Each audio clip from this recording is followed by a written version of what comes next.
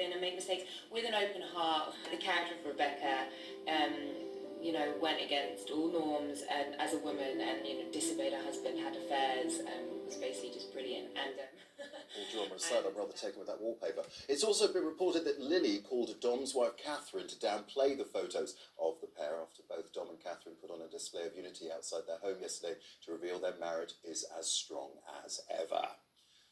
Moving on, you probably need a stiff one after that. So what do Al Murray and Ali Pali have in common? Well, the famous pub landlord is set to kick off proceedings at the People's Palace in London tonight as it reopens its doors for the public for the first time in 6 months. It's for a new run of Live at Ali Pali with all social distancing measures in place, including operating at a 15% capacity. Here's what Al had to say when we spoke to him yesterday. At the start of all this, I thought I can manage without gigging. I'll get by. I don't know. I'm not one of these sort of emotional wrecks who needs the laughter of strangers to help. But it turned out I was wrong. So the gigs I've done have been amazing, and it's very exciting to be back. Very suit, Al Murray there. And finally, Sir Cliff Richard celebrated a huge milestone yesterday after toasting his 80th birthday.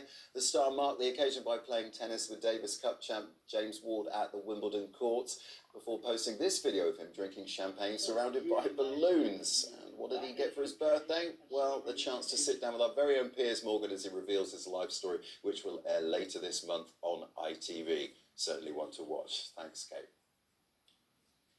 Richard, thanks very much indeed. Thank you. Now, with the news that Greater Manchester and Lancashire are expected to be moved into Tier 3 of coronavirus restrictions, also suggestions that London as early as tomorrow can move into Tier 2, we thought it was a good idea to get Dr. Hilary here to answer lots of the questions that you've been sending in.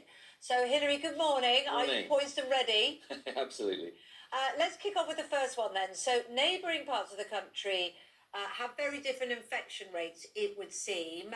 Is part of that this idea that herd immunity can occur in certain places? No, only a few people have been exposed to COVID-19 so far. So herd immunity is not something we can rely on. We don't know if it exists at all. We don't know how long it lasts. If it does exist, we can't rely on it. If we did rely on it, it would be a massive experiment and quite a dangerous one. That's what most experts believe. So one of the positives from the stats so far is that even though the hospitalisation numbers are going up and in some cases higher than back in March and April when we went into lockdown, the death rate at the moment is lower. Why is that? Is it because we've become better at treating symptoms and treating the conditions? Well, we are better at treating moderate and severe symptoms with the drugs like dexamethasone. They do reduce the death rate in those very severely affected people. But, of course, the death rate lags behind the hospitalisation rate, which is going up.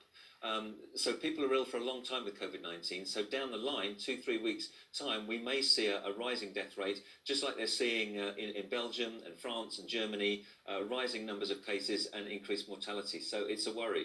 So unfortunately, no reason to think we've got it cracked in that sense. Now, a vaccine is seen as the ultimate answer. We heard initially, didn't we, it could be Christmas, then Easter. Now they're saying it may be years away. Is that, in your view, the only way to stop lockdowns being needed?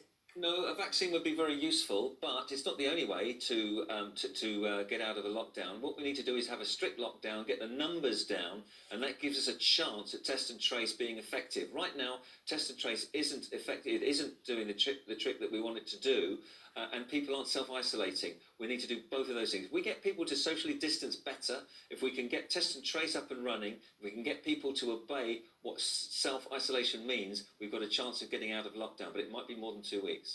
Now, what about this idea of a circuit breaker 2-week lockdown, which is basically a national lockdown, isn't it, by any other name, just a short one? Whereas Johnson saying, no, that would be the wrong thing to do. But now we hear that he's actually maybe considering one again over the half-term holidays. Well, if you look at the numbers, 20,000 yesterday, 20,000 new cases, increased hospitalisations, a rising death rate. This is serious. If we don't get a handle on this, it's going to be a nightmare in 2, 3, 4 weeks from now. So a lot of people are thinking a short, sharp lockdown, which is as strictly adhered to, is probably the way forward sooner rather than later. Okay, well, it won't surprise you to know we've got lots more questions for you to answer, so we'll carry on chatting to you throughout the show if that's okay. But thanks course. very much indeed for now.